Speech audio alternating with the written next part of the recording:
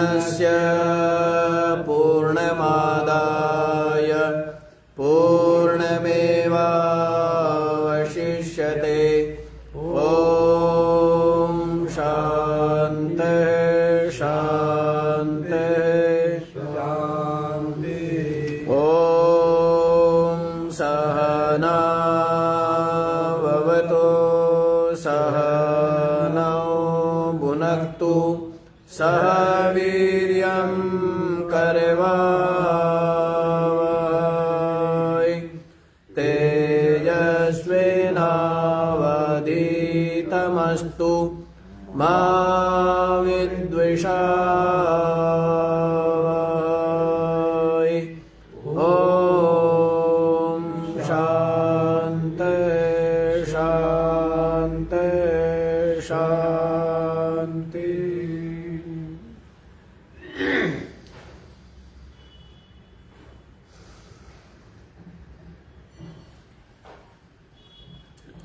हाँ जी, तो क्या विचार चल रहा है? बतला दिया है कि सब कुछ तो परमात्मा से ही उत्पन्न हुआ सब कुछ परमात्मा से निःसृत होकर के और चेष्टावान बना हुआ है। ये बतला दिया है। ये जो इंद्रिया है और इंद्रियों की जो पृथक पृथक भाव है और इनका लय उदय और अस्त जिससे है जिसमें है वह जो परमात्मा है उसको जान लेने पर मत्वा धीरो न शोचति। क्या होता है? उसको जान करके धीर शोक से रहित हो जाता है। कैसे शोक से रहित हो जाता है ये बताओ। हाँ जी, क्योंकि अब ये शरीर है, परिवर्तनशील है, नाशवान है, मृत्युमान है। तो अब इसकी मृत्यु ना होवे तो इसके लिए निरंतर यत्न करता है और इसकी मृत्यु के भय से शोक होता नहीं होता है, हैं? कि शरीर की मृत्यु हो जाएगी, ये संसार सारा छूट जाएगा, तो क्या होता है? शोक होता है। लेकिन जब जान लिया कि शरीर के नाश होने पर भी जो मैं आत्मा हूं अविनाशी ही, ऐसा जान लिया है कि मैं तो नित्य ही हूं, अजन्मा और अमरण धर्मा ही हूं और नित्य निरंतर अकर्ता अभोक्ता हूं। कर्ता न तू तिहु काल में, श्रद्धा सुधा का पान कर, पीकर उसे हो जा सुखी, हो जा अजर, हो जा अमर। क्या बोला है? हाँ? कि तू तीनों कालों में करता नहीं है। किसी भी काल में तू जो चेतन है आत्मा वो अकर्ता ही है। उसकी सत्ता उपस्थिति मात्र,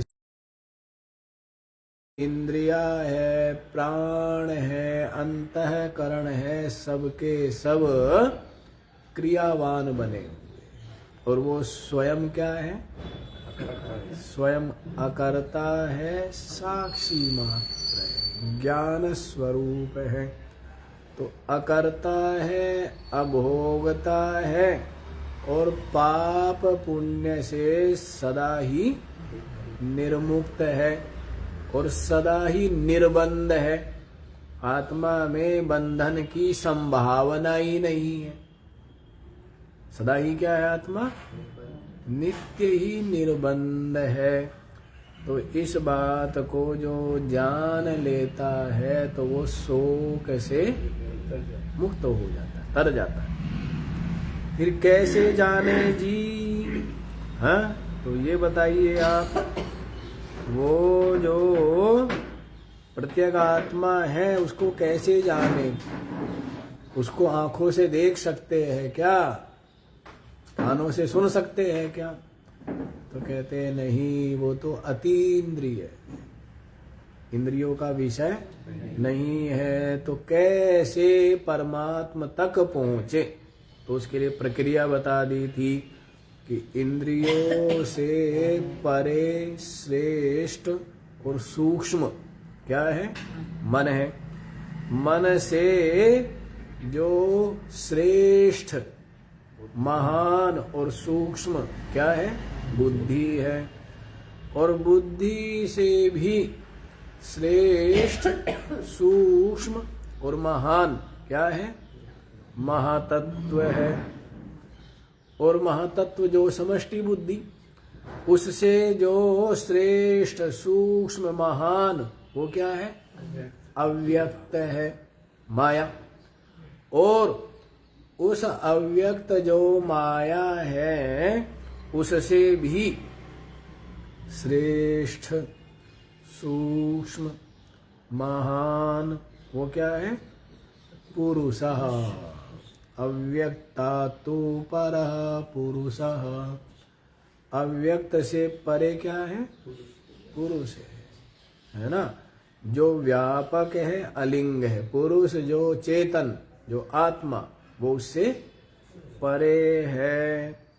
तो ऐसा जान करके यम ज्ञात्वा मुच्यते जंतुः अमृतत्वं च गच्छति। यम ज्ञात्वा, जिसको जान करके, जंतु मुच्यन्ते, जंतु क्या होते हैं? मुक्त हो जाते हैं। किससे मुक्त हो जाते हैं? संसार का जो बीज रूप अविद्या काम कर्म है। कल बोला था ना भाष्य में, क्या बोला था? अविद्या अविद्यादि हृदय ग्रंथि भी जीवन्नेव। तो क्या बताया था? तो जो अविद्या आदि से काम कर्म भी ले लेंगे। तो यही क्या है? इस संसार रूपी वृक्ष का क्या बताया था? बीज बताया था ना। और ये बीज कहाँ है? आपके चित्त में। अविद्या काम कर्म कहाँ है?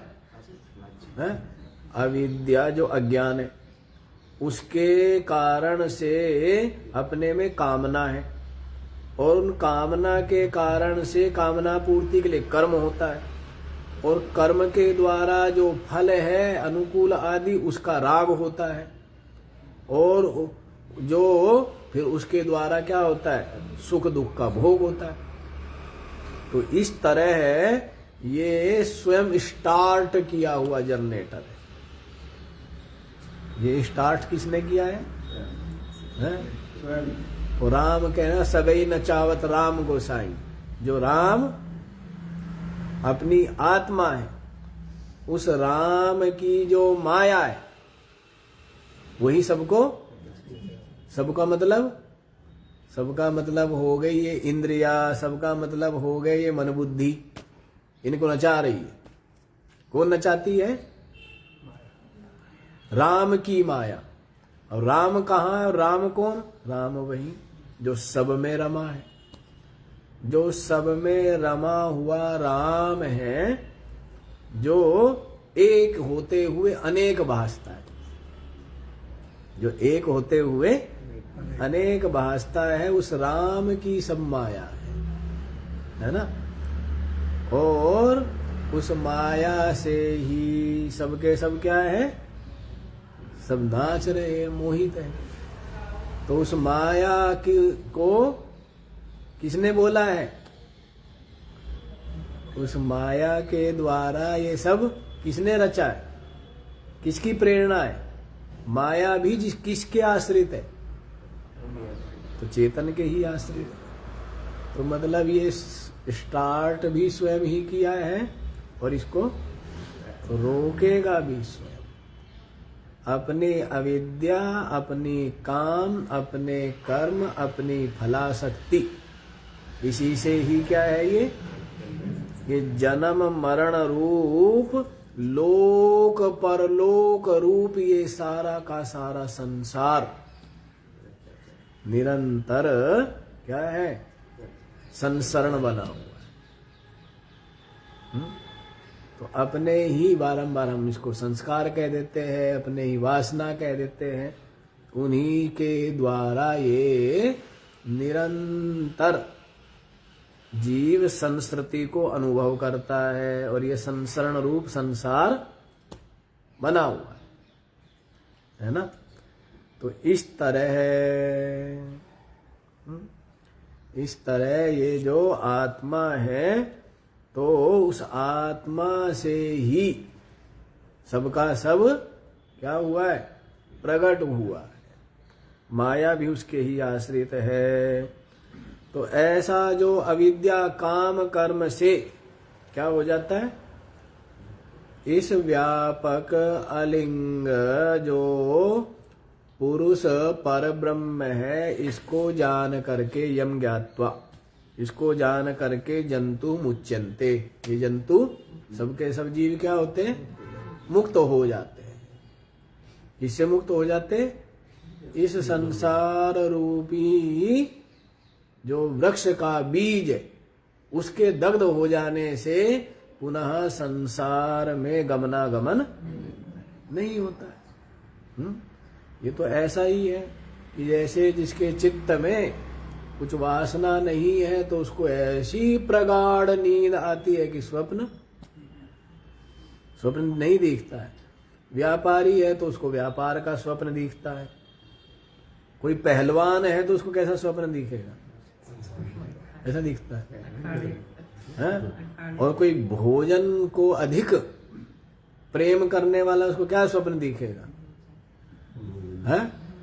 जहां पर राग है या द्वेष है, जहां पर आपका चित्त अधिक जिसको महत्व दे रहा है, आपका चित्त जिसको क्या है, अधिक चिंतन करता है, आपके चित्त में राग है तो किसी के प्रति द्वेष भी है। यदि अनुकूल के प्रति राग है तो प्रतिकूल के प्रति, तो दोनों का ही चिंतन चित्त में है और उसी चिंतन के अनुसार क्या होता है, स्वप्न आदि दिखते हैं। और उसी चिंतन, वही चिंतन कहो, वही संस्कार है, वही वासना है, उसी के अनुसार ये संसार भी सबको भिन्न भिन्न ही अनुभव में आ रहा है ना। किसी के लिए सुख रूप है तो किसी के लिए सर्दी, कहते महाराज बहुत आनंद आ जाता है सर्दी आती है तो। हाँ, कोई कोई कहता है कि बस ये जी महीने 2 महीने तो बस ये तो काटने ही है, 10 महीने जीने के और 2 महीने हाँ कहते तो बस ये तो काटने ही है किसी तरह से। तो अपनी अपनी सबकी है ना, अपना अपना वो है। ठीक है जी। तो उसको जान करके जंतु मुक्त हो जाते हैं और अमृतत्व को प्राप्त कर लेता है, ये बतला दिया है।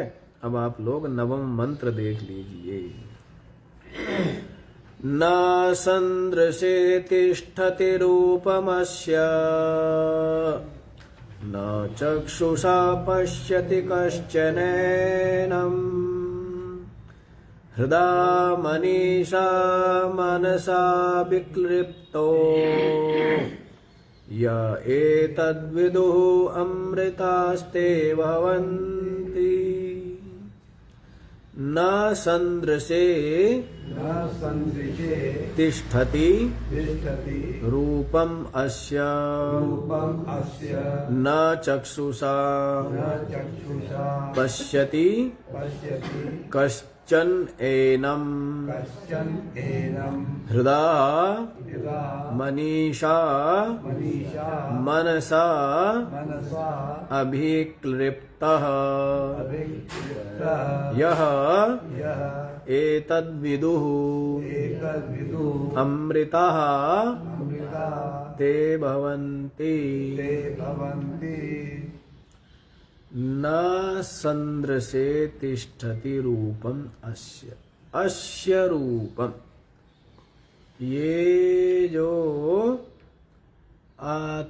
है प्रत्यगात्मा है। ये जो प्रत्यगात्मा है इसका जो रूप है वो न संदृशे तिष्ठति।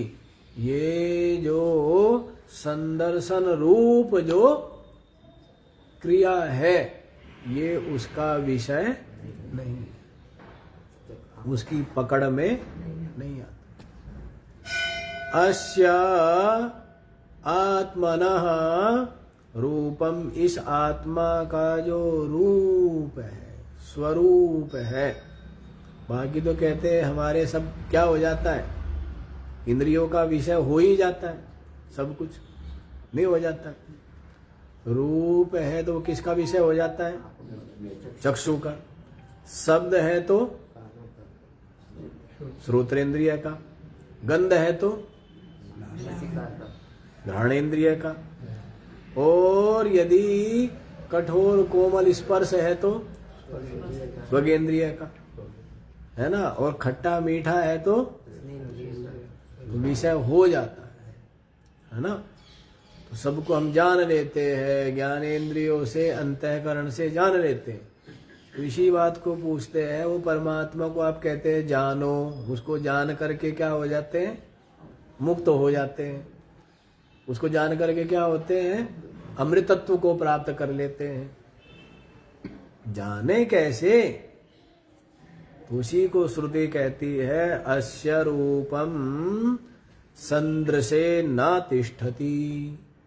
इस आत्मा का, परब्रह्म का, पुरुष का जो रूप है ना, वो संदृशे न तिष्ठति। वो संदर्शन रूप जो क्रिया है उसका विषय नहीं होता है, अर्थात चक्षु के द्वारा उसको नहीं देख।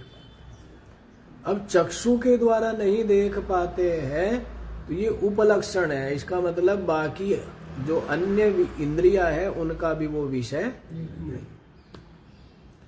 बाकी इंद्रियों का भी वह विषय नहीं है ना। समझ आया। तो इंद्रियों के द्वारा उसको नहीं जाना जाता है, नहीं जान सकते। न चक्षुषा पश्यति कश्चन एनम, कश्चन अपि कोई भी, एनम आत्मानम, इस आत्मा को, न चक्षुषा पश्यति, चक्षु से नहीं देख सकता है। और ये मैंने आपको बता ही दिया है कि चक्षु उपलक्षण है। चक्षु क्या है, जैसे कहीं भी आप जाते हो ना, देख देख के करते हो ना सब कुछ क्या करते हो। ज्यादा जागृत में प्रधानता किसकी है? चक्षु की ज्यादा अधिक प्रधानता है ना। आपको कान बंद करके रखना पड़े दिन भर तो ठीक है, और आंख बंद करके रखनी पड़े तो क्यों जी। सारा के सारा जो भी जागृत में व्यवहार है इसमें मुख्य प्रधानता किसकी रहती है, चक्षु इंद्रिय की रहती है ना। घ्राण इंद्रिय के बिना भी ज्यादा दिक्कत नहीं है, और श्रोत्रेंद्रिय के बिना भी ज्यादा समस्या नहीं है, रसनेन्द्रिय के बिना भी, त्वगेंद्रिय के बिना भी, और चक्षु ही ज्यादा सामग्री कौन पहुंचाता है? ज्यादा भोजन आप कहाँ से करते हो, आप ये बताओ। आंखों से ज्यादा खाते हो ना, हैं? ज्यादा आंखों से खाते हो।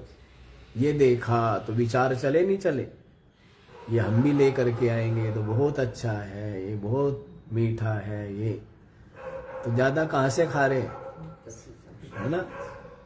तो दो जगह से खाते हैं और एक जगह से निकालते हो, नहीं आया ना कि इसको बंद रखो, देखो मत, सुनो मत। ये दो तो क्या है, ज्यादा खाने की, ज्यादा। ये तो सुन करके चलता है, जब कुछ सुनेंगे तब आपका दिमाग चलेगा, नहीं चलता है। उसने मेरे को गाली दी है, मेरी निंदा की है, और दूसरा देख करके। तो इसलिए देखो मत, और सुनो मत और कहो मत कुछ। बस ये 3 ही है, ठीक है ना। तो 2 से तो क्या है, खाता है,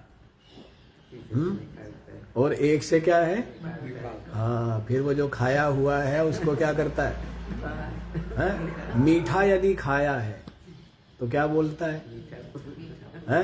और यदि खाया है कड़वा तो फिर क्या करता है, कड़वा ही बोलता है, नहीं बोलता है, वैसे ही निकलता है। तो इसलिए बढ़िया बढ़िया खाना चाहिए, इसलिए शुरू में आया ही है, शांति मंत्रों में आता ही है, भद्रम कर्णेभिः शृणुयाम देवाः भद्रम पश्येम अक्षभिः यजत्राः। कानों से हम अच्छा सुने। अच्छा, दूसरा, बहुत जगह कानों को ज्यादा प्रमुखता दे दी जाती, क्योंकि दीवार के पार आप देख नहीं सकते, लेकिन दीवार से कान लगा के क्या करते हैं, दीवार से कान लगा के सुन लेते, नहीं सुन लेते। तो इसलिए श्रोत्र इंद्रिय को ज्यादा, ये ज्यादा प्रबल है, दूर का भी सुन लेते हैं, जो नहीं दिख रहा है वो भी सुन लेते हैं। तो इसलिए ये 2 ही मुख्य है, और तीसरी जो है फिर ये झगड़ा कराने वाली, नहीं, फिर कड़वा कड़वा बोलता है तो झगड़ा होता है। तो इसलिए इन 2 से, ये भी कहते हैं कि इन 2 से ही ज्यादा आप थकते हैं। आपका जो मस्तिष्क है वो ज्यादा किससे थकता है? आप देखते हो, आप सुनते हो, और फिर आप सोचते हो, और फिर आप बोलते हो, तो इन्हीं से क्या होता है। बाकी ऐसे करने से, शरीर से कर्म करने से उतना, और शरीर से कर्म करने के लिए तो गीता में कहा ही है कि ज्ञानेंद्रियों को संयत करके और कर्मेंद्रियों से क्या करें, बोला है ना, क्या बोला है, कर्मेंद्रिय कर्मयोगम असक्तः सा विशिष्यते। कर्मेंद्रियों से कर्मयोग करे तो वो असक्त है, वो बड़ा विशिष्ट है। जो मन सहित ज्ञानेंद्रियों को वश में करके और कर्मेंद्रियों के द्वारा क्या करता है, कर्मयोग करता है, तो उसको बड़ा ही विशिष्ट का है, श्रेष्ठ का है ना। चलिए यहीं पर देखो, तो चक्षुषा बोल देने से ये बाकी सब इंद्रियों का भी ग्रहण कर लेंगे कि जब चक्षु का विषय नहीं है वह जो प्रत्यगात्मा, तो अन्य इंद्रियों का भी विषय नहीं है। हृदय मनीषा मनसा विक्लृप्ता,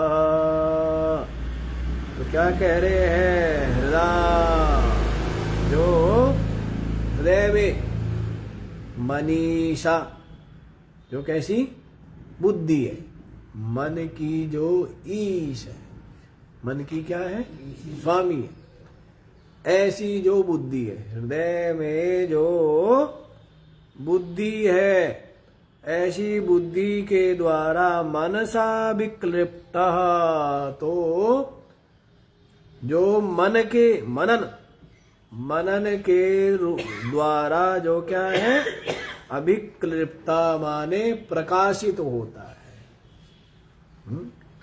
हृदय में स्थित जो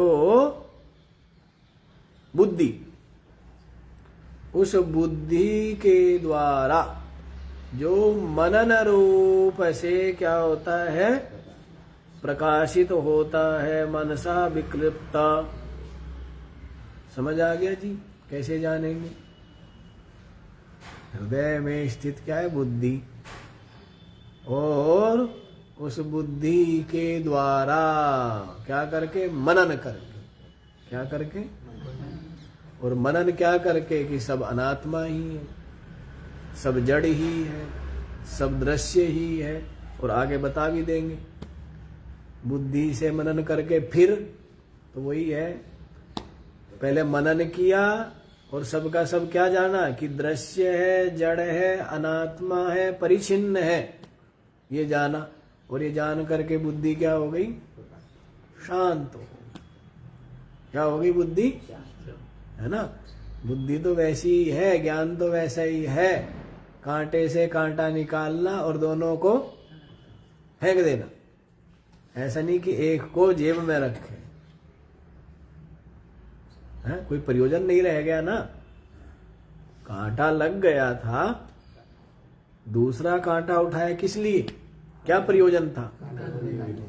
और जब कांटा निकल गया तो फिर वो आजकल के लोगों की अलग बात है, वो पर्स में रखेंगे, है? वो कहेंगे जी दांत में से निकालने का काम आएगा। तो ये सब चीजें पहले वाले लोगों को ये सब समस्याएं थी नहीं, है ना। तो इस कारण से वो तो क्या करते थे कि कांटा निकाल दिया है और दोनों को ही। तो वैसे ही है, बुद्धि वृत्ति के द्वारा जाना कि सब क्या है, जड़ दृश्य अनात्मा है। उसके बाद बुद्धि वृत्ति भी क्या हो गई, लय हो गई।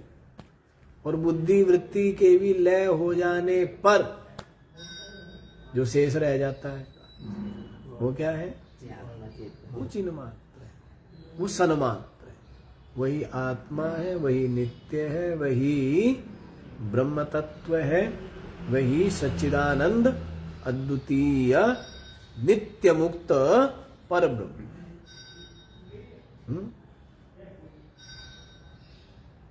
तो इस प्रकार तो हृदय मनीषा मनसा विक्लिप्ता, हृदयस्थ जो बुद्धि, हृदयस्थ जो बुद्धि है, और बुद्धि के द्वारा मनसा विक्लिप्ता, जो मनन, बुद्धि के द्वारा जो मनन करते, मनन करने से जो अविक्लिप्त, जो प्रकाशित होता है। कैसे प्रकाशित होता है? मनन करेंगे तो जो पता लग जाएगा, सत असत का, सार असार का, जड़ चेतन का, आत्मा अनात्मा का, क्या लग जाएगा? मनन करेंगे तो। क्या करने से? तो मनन करने से यही तो हुआ, पंचकोश विवेक कह दो तो कैसे हुआ? मनन करने से तो हुआ। पंचकोश विवेक तीनों शरीरों से अलग, तीनों अवस्थाओं से न्यारा, ये सब कैसे हुआ? तो मनन करने से ये अनात्मा में आत्मबुद्धि का निषेध हो गया, और निषेध करके बुद्धि भी क्या हो गई? फिर बुद्धि भी लीन हो गई। बुद्धि भी क्या हो गई? बुद्धि वृत्ति लीन हो गई। फिर जो शेष रह जाता है वही अपना स्वरूप है ना। कितनी सरल सी प्रक्रिया आपको बता दी है, कठिन प्रक्रिया नहीं है। अब कठिन तो आपको बताया हुआ है कि खूंटे से बंधा है यदि आप, तो वो कठिन है। जब तक आप खूंटे से बंधे हैं, पक्के मजबूत रस्से से बंधे हुए, मोह के, लोभ के, स्वार्थ के, आसक्ति के, काम के, क्रोध के, अहंकार के, राग द्वेष के, छल के, कपट के, ईर्षा के, द्वेष के, क्या किससे बंधे हुए? रस्से से बंधे हुए हैं। वही बंधन है आपको, और कोई बंधन नहीं। और परमात्मा तो निर्बंध है। परमात्मा क्या है? अपनी आत्मा निर्बंध है ना। तो परमात्मा आत्मा का अनुभूति ये तो दूर की बात नहीं, ये तो सहज ही है। कितना स्पष्ट है? अब व्यक्ति ये कहता है कि प्रकाश, जिस प्रकाश में सब कुछ देख रहा है, और उसी प्रकाश को यदि ना देखे तो मूढ़ ही है ना। जिस मैं से सब जान रहा है और कहते हैं मैं उस मैं को नहीं जानता हूं, जानता तो है पर किसी के साथ जोड़ करके जानता है उसको विशुद्ध रूप से। जैसे गुड़ तो है लेकिन उसमें क्या है? रेत मिला हुआ है, तो आनंद नहीं आता है, तो उसको अलग करना पड़ेगा ना। जैसे आभूषण में खोट मिले हो। तो वैसे ही आपकी मैं में क्या मिला हुआ है? खोट मिला हुआ है। आपकी जो मैं है, चेतन में, इसमें क्या मिला हुआ है? खोट। क्या खोट मिला है? शरीर का, इंद्रियों का, प्राणों का, मन बुद्धि का क्या मिला हुआ है? खोट। उसको न्यारा कर लो। पिघलाना यही है, मनन करना, तपस्या करना यही है कि इनको क्या करो? अलग अलग कर लो, है ना। तो मैं की ही अनुभूति और मैं से ही सब अनुभव में आ रहा है, और मैं ही सबका प्रकाशक है। तो किसको मैं अनुभव में नहीं है? ये बताओ। आत्मा की अनुभूति किसको नहीं है? कोई ये कहता है कि मैं नहीं हूं, लेकिन जो विशुद्ध मैं है उसको अनुभव नहीं किया है, क्योंकि इनके साथ में जुड़ा हुआ है। तो यही विवेक कराते हैं। मनन से, बुद्धि से क्या होता है? यही विवेक होता है। 5 कोश, अभी क्या दिख रहा था? एक, जैसे एक गाड़ी दिख रही है, लेकिन फिर बताते हैं कि नहीं भाई ऐसा नहीं है, हैं? इसमें अलग अलग है, ड्राइवर अलग है और बैठा हुआ मालिक अलग है, और इसमें जो स्टीयरिंग है वो अलग है, और टायर अलग है, और लाइट अलग है ना, ब्रेक अलग है। तो सब कुछ क्या है? अलग अलग है। तो वैसे इसका पोस्टमार्टम ही तो किया है कि अलग है।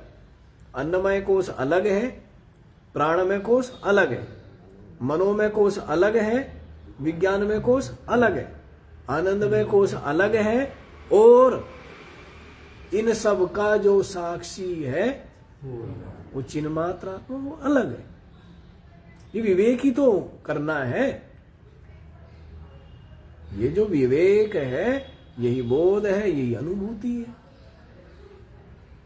लेकिन चित्त जो बंधा है वो बाह्य आसक्ति से बंधा है, बाह्य आसक्ति से बंधा है। इसीलिए निरंतर चित्त में विविध कामनाएं बनी है, और उन कामनाओं के द्वारा निरंतर चित्त में विक्षेप बना रहता है, और उनकी पूर्ति के लिए यत्न करता है। सफलता में हर्ष और असफल होने पर शोक मनाता है, और इस प्रकार से उनके जो कर्म फल और कर्तृत्व भोक्तृत्व से बंध जाता है, और उन फल भोग के लिए ही देह धारण के लिए विभिन्न लोक परलोकों में इसका क्या होता है? गमनागमन होता है। कितनी सरल सी प्रक्रिया है। अध्यात्म कितना सरल, कितना सहज। इसमें कहीं भी श्रद्धा वाली बात ही नहीं है। श्रद्धा मतलब कि केवल मानो, केवल मानो। अरे ऐसी बात नहीं है। खूब विवेक से, विचार से समझ ले। केवल मानने वाली बात नहीं है ना। तो ये कितना स्पष्ट ही है, और इसको सब घाल मेल किया हुआ है। क्या किया हुआ है? जैसे जिसके आंखें ना हो ना, उसको कहना यहां से वहां जाना है। कैसा है? हाँ जी, आंखें नहीं है, यहां से वहां जाना है, तो क्या है?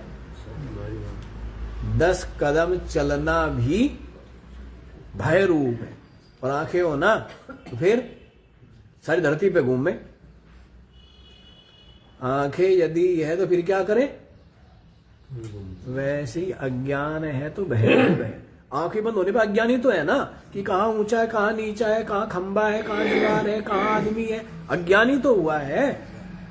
तो आंखें बंद होने से, अज्ञान होने से क्या हो रहा है? भय हो रहा है? और आंखें खुली हो तो क्या है? फिर भय है, फिर निर्भय है, क्योंकि ज्ञान हो रहा है। क्या हो रहा है?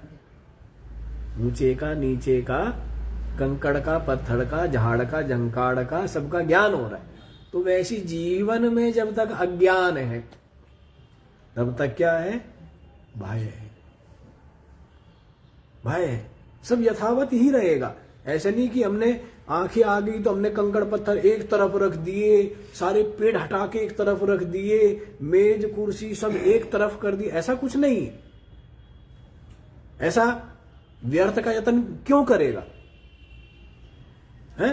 सबको पड़ा रहने दो, जगह जगह सबकी वही शोभा है और हम उनसे बचते हुए निकल जाते हैं ना जब आंखें हैं तो वैसे ही जिसको ज्ञान है, वे तो अज्ञान ही यत्न करता रहता है, ये बदल दूंगा, वो कर दूंगा, ऐसा करना है, वैसा करना है। और जिसको ज्ञान है तो वो तो क्या हो जाता है, भय से मुक्त हो जाता है, दुख से मुक्त हो जाता है, क्योंकि ज्ञान हो गया ना तो वो किसी को बदलने का यत्न नहीं करता है। शरीर अपने हिसाब से चलेगा ही, सर्दी में अपने हिसाब, गर्मी अपने हिसाब, भूख प्यास अपने हिसाब, आदि व्याधि अपने हिसाब, है ना, सब यथा उसके हिसाब से चलता रहेगा। इंद्रियों में भी शक्ति जो है वो समय के साथ घटना बढ़ना, वो भी अंधेरे में दिखेगा ही नहीं, चाहे कितना ही बड़ा ज्ञानी हो, कितना ही बड़ा ज्ञानी हो, अंधेरे में क्या होगा है, और चांदने में देखेगी आपकी आंखें नहीं। तो ज्ञान होने का मतलब क्या, फिर तो अंधेरे में भी दिखना चाहिए। और क्या जी, भूख प्यास तो बिल्कुल नहीं लगनी चाहिए, और सर्दी बाकी चलो ठीक है, पर सर्दी बिल्कुल ना लगे, सर्दी गर्मी तो लगनी नहीं चाहिए, तो ज्ञान हो गया। ऐसा नहीं है, ये इनके धर्म है, ये अलग है, और जो चेतन है वो अलग है। ज्ञान, तो ज्ञान होने से क्या हो गया, भय से मुक्त हो गया। और ज्ञान नहीं है तो क्या है, भय ही भय है निरंतर। समझ आई बात? तो इस प्रकार से। अच्छा जी, तो इसीलिए कहा है श्रुति ने कि हृदय में स्थित जो बुद्धि है, उस बुद्धि के द्वारा मनन करके, क्या करके, मनन करने से क्या हो जाता है, विवेक हो जाता है, अलग अलग ज्ञान हो गया, तो उसके द्वारा वो प्रकाशित हो गया। प्रकाशित होने का मतलब वही ज्ञान होना। और या एतद् विदुः, श्रुति क्या कह रही है कि जो इस प्रकार से इस प्रत्यगात्मा को जान लेता है, अमृतः ते भवन्ति, वे अमृत हो जाते हैं, मरते नहीं। क्या हो जाते हैं, अमृत तो सदा ही है, सदा ही अमृत है, मरता ही नहीं है।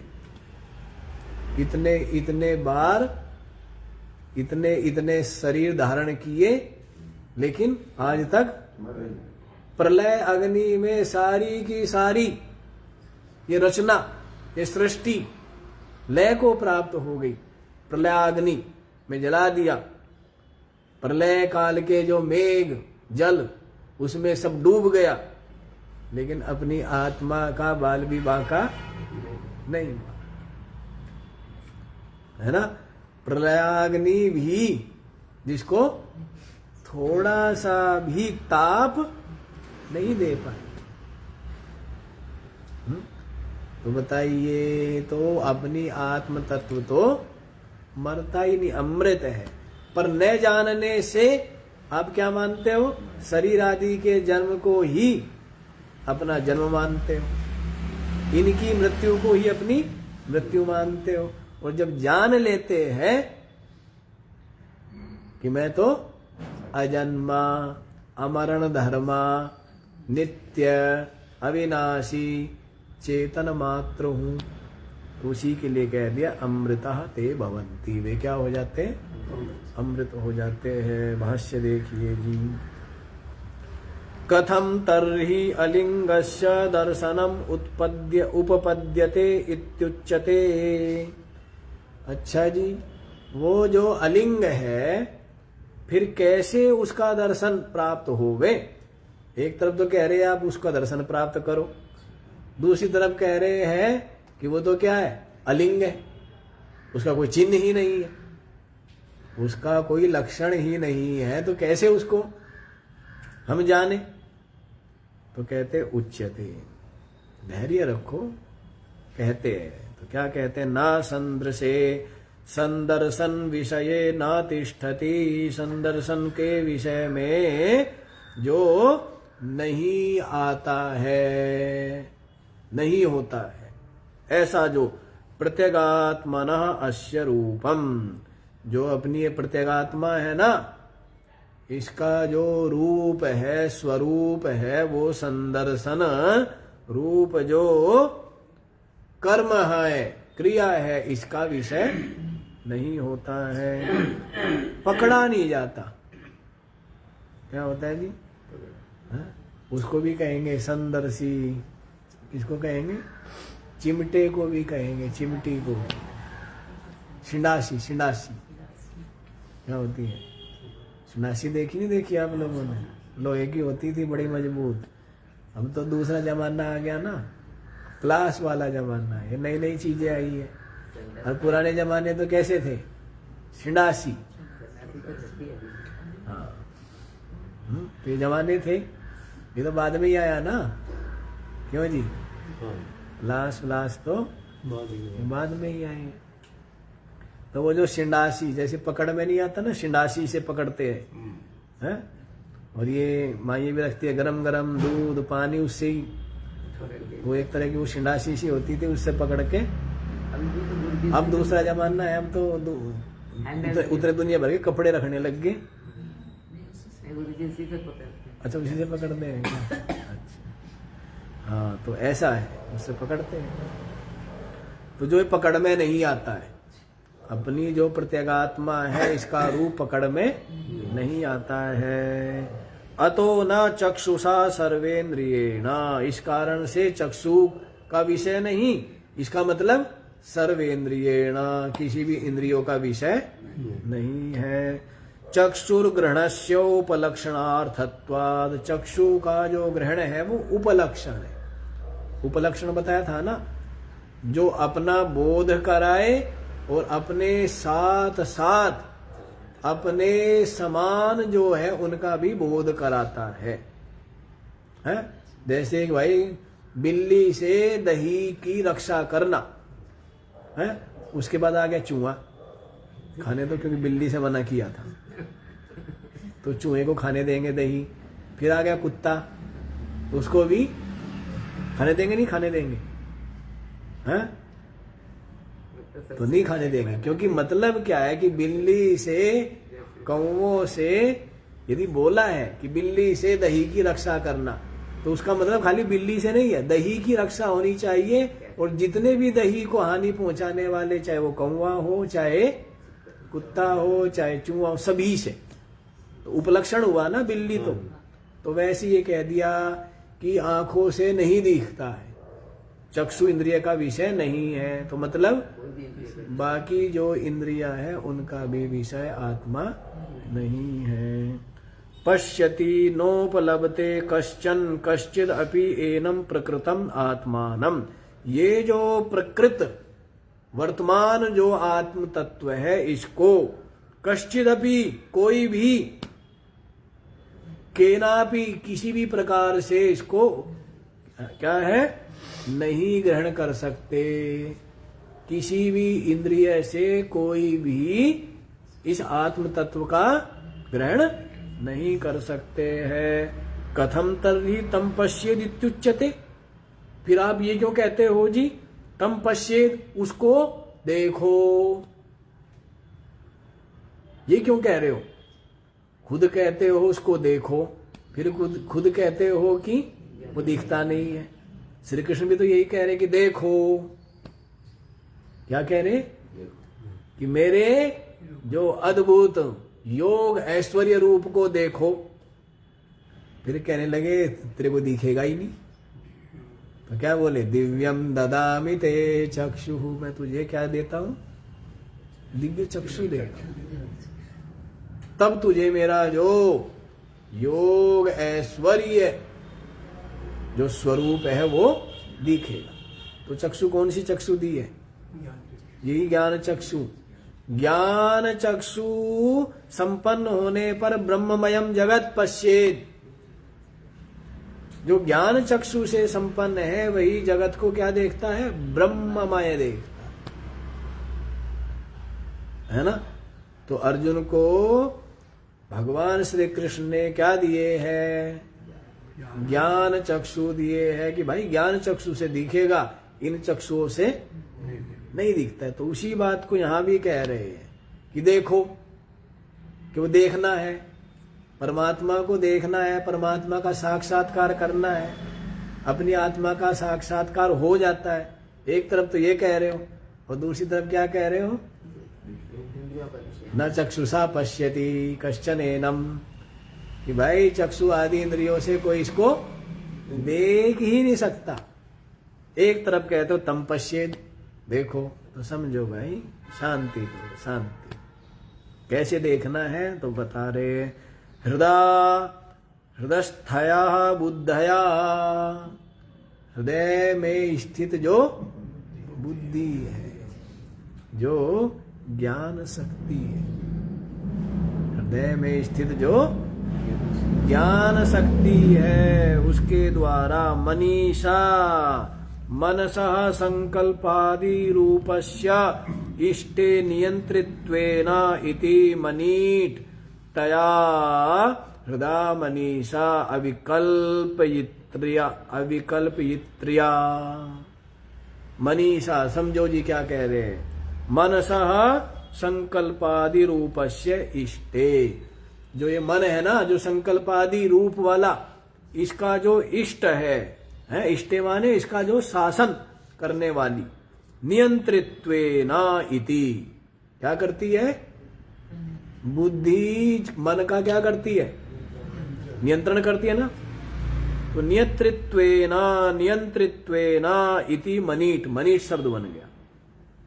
मन की जो नियंत्रित है, जो इसकी शासक है, वो क्या हो गई, मनीट। तया, उसके द्वारा हृदय मनीषा, हृदयस्थ जो मनीषा माने अविकल्पयित्रया, कैसी हो गई है, मन तो विकल्प रूप है और बुद्धि क्या है, विकल्प रूप है, या कैसी है, हाँ ठहरना रूप है। निश्चय क्या होता है, करूं न करूं, करूं न करूं, करूं न करूं, ये किसमें है, मन में है। और करता हूं ऐसा निश्चय करके जो क्या हो जाती है, मन भी अपना चुप बैठ गया और ये भी। तो बुद्धि क्या है, अविकल्पयित्रया। तो बुद्धि क्या है, अविकल्पयित्रिय, बुद्धि में विकल्प नहीं है। विकल्प किसमें है, ये सारे मन में। ऐसी जो मन की नियंत्रित्वेन विराजमान जो मनीषा है, हृदयस्थ जो मनीषा है, उसके द्वारा मनसा माने मनन रूपेण सम्यक दर्शनेन, मनन के द्वारा उस मनीषा, हृदयस्थ जो मनीषा माने बुद्धि है, उस बुद्धि से मनन के द्वारा क्या होता है, उसका सम्यक दर्शन होता है। मनन करने से क्या होता है, अभी आपको दर्शन हो रहा है, असम्यक दर्शन हो रहा है। अभी आपको दिख रही है, वो पड़ा हुआ है ना, कुछ दिख रहा है, लेकिन क्या हो रहा है, सांप है या रस्सी है, असम्यक दर्शन हो रहा है ना, सही दर्शन नहीं हो रहा है।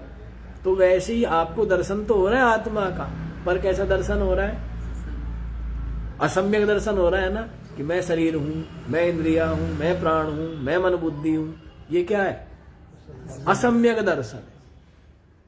और बुद्धि से मनन करेंगे तब पाएंगे,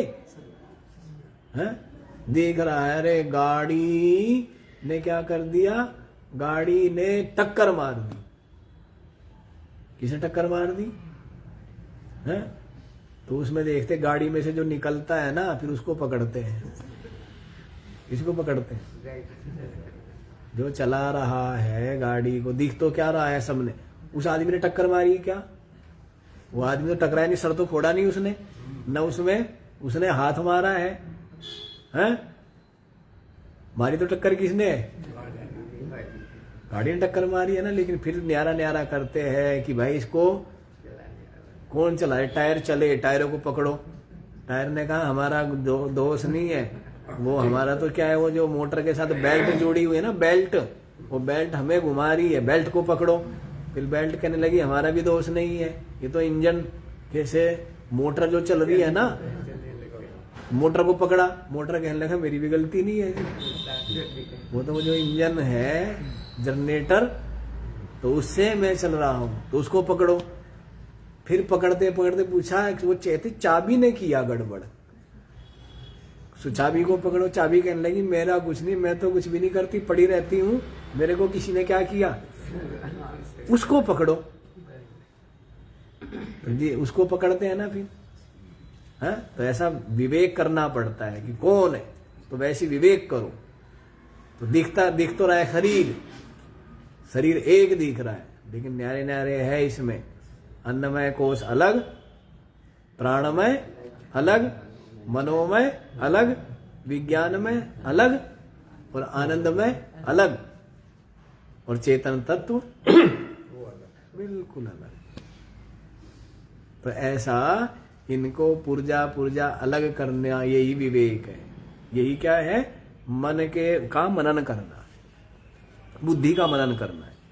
अभिक्लिप्तो अभिसमर्थिता अभिप्रकाशिता इत्येतत्, ऐसा मन के बुद्धि के द्वारा मनन करने से, सम्यक दर्शन हो जाने से क्या होता है, अभिक्लिप्ता अभिसमर्थिता अभिप्रकाशिता, क्या हो जाता है, वो अभिप्रकाशित हो जाता है।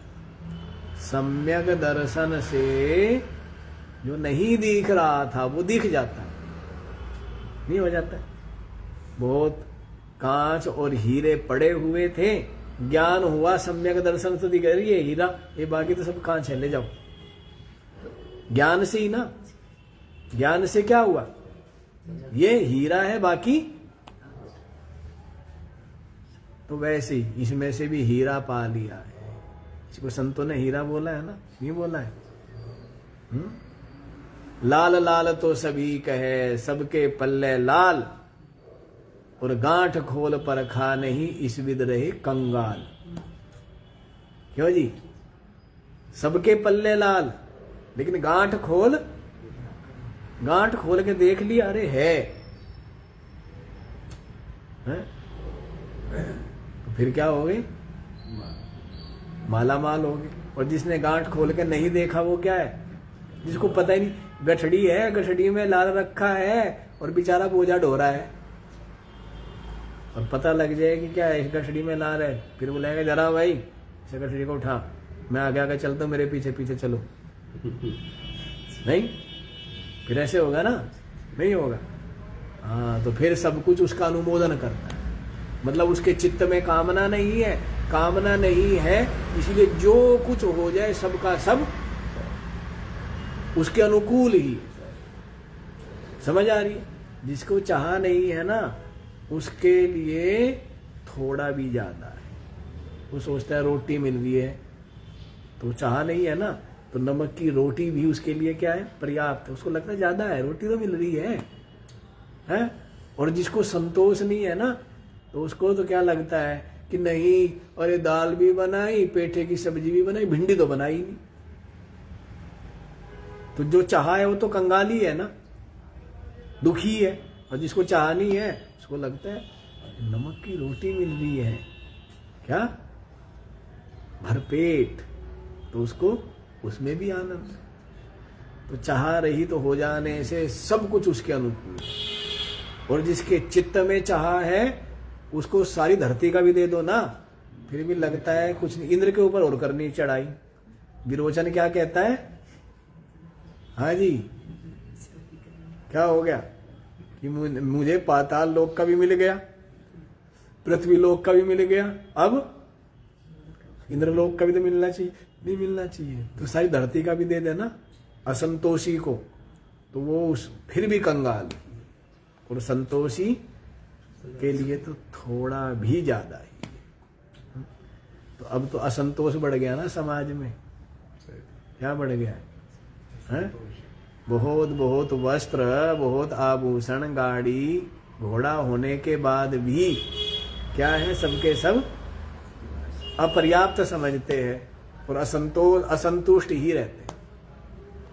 सब असंतुष्ट, पता नहीं क्यों असंतुष्ट है। अपने शरीर से असंतुष्ट, अपने इंद्रियों से असंतुष्ट, अपने मन से असंतुष्ट नहीं, सबके सब असंतुष्ट, सबके सब दुखी, कुश्ती करते हैं। लड़ाई चल रही नहीं चल रही है, लड़ते रहेंगे। अरे लड़ने की जरूरत नहीं है, लड़ाई छोड़ो और फिर देखो वो सब आपके साथ हो जाते हैं, सब आपका साथ नहीं। लड़ाई मत, शरीर के साथ लड़ रहे, लड़ते नहीं लड़ते हैं, इंद्रियों के साथ लड़ते हैं, मन के साथ लड़ते रहते नहीं लड़ते रहे, शांत क्यों नहीं होता, ये क्यों नहीं होता, वो क्यों नहीं होता। लड़ो मत, मित्रता कर लो, सब ठीक है। क्यों सेठ जी, मित्रता करने से ताकत क्या होगी हैं, और लड़ने से अपनी भी गई नहीं गई। अब ये दो देश लड़ रहे हैं, दोनों की ताकत क्या हो रही है?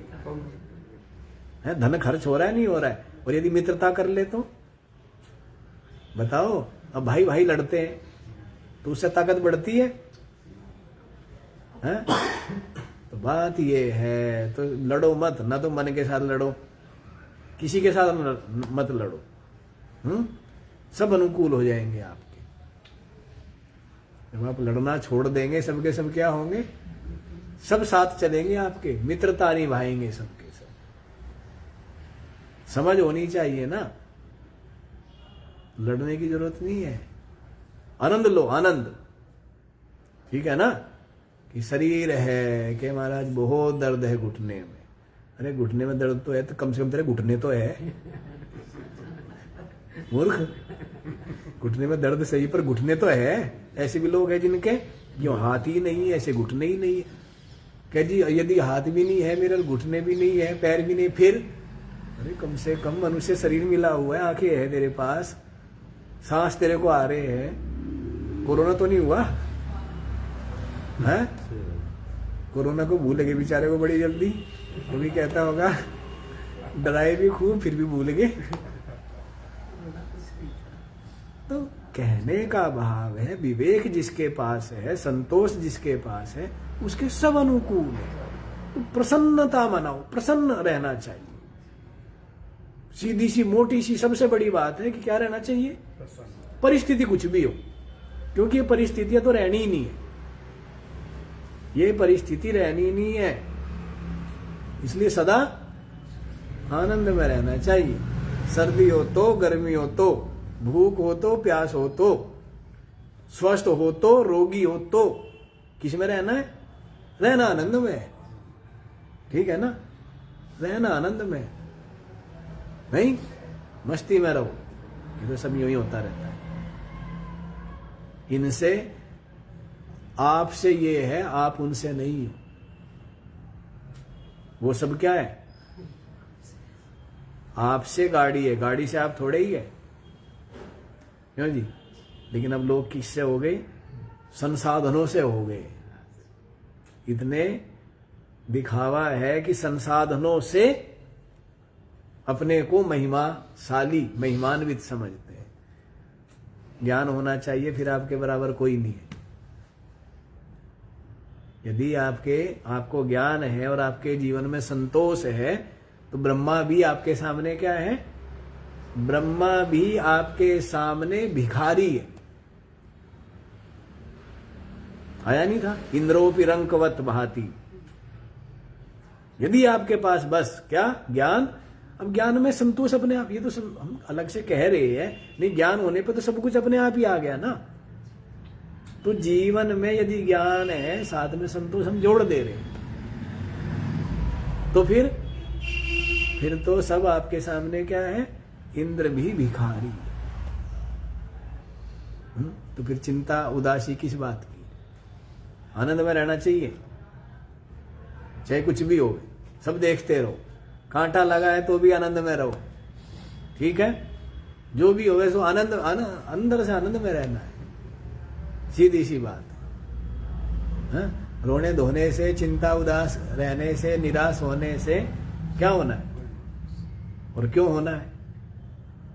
चलो यहीं पर देखिए जी। मनसा मनन रूपेण सम्यक दर्शनेन अभिक्लिप्ता, अभिसमर्थिता, अभिप्रकाशिता इत्येतत्। तो बुद्धि के द्वारा मनन करने से क्या होगा? सम्यक दर्शन के द्वारा वह जो आत्म तत्व है, परमात्म तत्व, जिसको हम बारंबार क्या कह रहे थे, उसको देखो, वो प्रकाशित हो गया। क्या हो गया? जान लिया गया। क्या हो गया? जैसे अंधेरे में क्या था, आपको चाहिए थी पुस्तक, वो क्या थी? अप्रकाशित थी, और प्रकाश ले गए तो क्या हो गई? प्रकाशित हो गई ना, जान ली ना। प्रकाशित का मतलब जान लेना। तो वैसे ही अपनी जो आत्म तत्व है प्रकाश रूप, लेकिन आपके लिए क्या था? वो अप्रकाशित था। लेकिन बुद्धि के द्वारा मनन करके सम्यक ज्ञान हो जाने से वो आत्मा क्या हो गया? सामने ही खड़ा था, अपना आत्मा था, वो क्या हो गया? प्रकाशित हो गया, अर्थात उसका ज्ञान हो गया, अर्थात अनुभूति हो गई। तो इस तरह हमने कहा था कि अपनी आत्मा को देखो का मतलब आंखों से नहीं दिखेगी, मनन से के द्वारा। आत्मा ज्ञातुम शक्यते इति वाक्य शेषः। आत्मा को जाना जा सकता है जी इस प्रकार से। कैसे जाना जा सकता है? जो संकल्प विकल्प रूप मन की जो नियंता है बुद्धि, जो कैसी है? स्वयं निश्चय रूप, अविकल्पयित्री, मतलब जो क्या है? निश्चयात्मिका है, निश्चय रूप, ऐसी जो स्थिर बुद्धि, जिसको गीता में क्या कहा है? स्थित बुद्धि, स्थित प्रज्ञा। क्या कहा है? जो स्थित प्रज्ञा है, स्थित प्रज्ञा से ही स्थित प्रज्ञा एक साधन रूपा हो जाएगी, और एक क्या हो जाएगी? साध्य रूप हो जाएगी। साध्य रूप जो स्थित प्रज्ञा है, वहां पर तो वो ब्रह्म रूप होगी। प्रज्ञा किसमें मिल लय हो गई? प्रज्ञा आत्मा में लीन हो गई तो क्या हो गई? आत्मरूप हो गई है। लेकिन जो साधक है उसकी बुद्धि भी क्या स्थित है? नहीं है। संसारी के समान उसकी बुद्धि चंचल और संसार की कामना वाली नहीं है, तो उसकी प्रज्ञा भी क्या है? स्थित प्रज्ञा है। साधक की प्रज्ञा भी स्थित है, और जो ज्ञानी है उसकी प्रज्ञा तो क्या हो गई है? आत्मरूप हो गई। तो दोनों को ही स्थित प्रज्ञा कहेंगे। गीता में ही आया ना, 13वें अध्याय में बोला है कि ज्ञानी के जो लक्षण है साधकों के लिए वे साधन है। आया है ना? कौन सी उसमें आया? एतद् ज्ञानमिति प्रोक्तम अज्ञानम यद तोन्यथा नहीं, एतत् क्षेत्रम समासेना से करके है ना 13वें अध्याय में, सविकारम उदाहृतम। तो वहां पर यही बताया है कि ये जो ज्ञान है, उनको क्या कहा है? ज्ञान कहा है, मतलब वे साधन है। ज्ञानी के वो लक्षण है, और साधक के लिए वो क्या है? साधन हो। समझ आ रही है? जैसे शांत ज्ञानी का तो स्वरूप है, और साधक के लिए क्या है? साधन है कि शांत होना है, शांत रहना है, शांत होना लक्ष्य है। ऐसे जैसे धैर्य क्या है? ज्ञानी का तो स्वरूप ही है, लेकिन साधक के लिए वो क्या है? साधन है ना? कि भाई जीवन में धैर्य कमाना है, धैर्य होना चाहिए, धैर्य के बिना इस पथ पर आगे नहीं बढ़ पाएगा। संतोष ज्ञानी का तो क्या है? स्वरूप ही है, लेकिन साधक के लिए क्या है? वो साधन है। ऐसे करके बताया हुआ है, गीता जी में देख लेना। तम आत्मानं ब्रह्म एतद्ये विदुः अमृता ते भवन्ति। वह जो आत्मा है तद ब्रह्म, वह क्या है? ब्रह्म है। ऐसा जो जानते, एतद्ये विदुः, ऐसा जो जानते हैं, अमृता ते भवन्ति, वे क्या हो जाते हैं? अमृत हो जाते। तो अमृत हो गए आप लोग। क्या हो गए? अमृत हो गए हैं। कितने अमृत हो गए वो अब आप देखो, हैं? कच्चे हुए पक्के हुए पूरे ही हो जाते हैं। और लेकिन कह जी फिर सामने आ जाए लड्डू तो फिर क्या हो जाते हैं? कहने फिर उसके भोगता जीव हो जाते हैं। तो भोगता जीव, ये देखो आप लड्डू को भी देखो और लड्डू को चाहने वाले को भी देखो और लड्डू को खाने वाले को भी देखो और लड्डू खाने का जो स्वाद है उसको, जो स्वाद लेने वाला है उसको भी देखो और सबको देखने वाले बने रहो। ठीक है? क्या बने रहो? देखने वाले बने रहो। इतना न्यारा रहना पड़ेगा, है? तो समस्या कुछ नहीं आएगी। न लड्डू छोड़ने की बात करी है, बस होश की बात। किसकी बात की है? पहले सोए हुए थे, अब देखिए। तो आज इतना ही, बाकी कल देखें। ओम पूर्णमद